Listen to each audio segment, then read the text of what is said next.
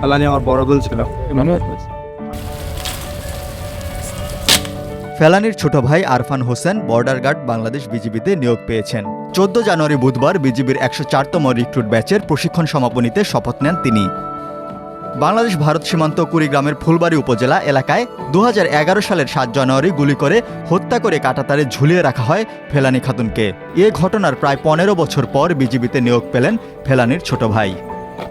চট্টগ্রামের সাতকানিয়ায় বাইতুল ইজ্জতে অবস্থিত border guard training centre and কলেজের ঐতিহ্যবাহী বীর উত্তম মুজিবুর রহমান প্যারেড গ্রাউন্ডে নবীন সৈনিকদের শপথ গ্রহণ এবং কুচকাওয়াজ অনুষ্ঠিত হয়।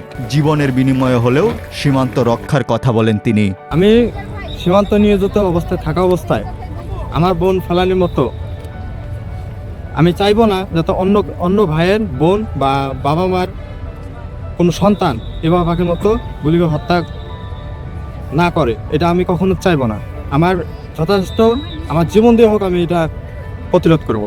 আরফান জানান দেশের জন্য কাজ করার লক্ষ্য নিয়ে নিজেকে গড়ে তুলেছেন এবং বিজিবিতে যোগদান করেছেন।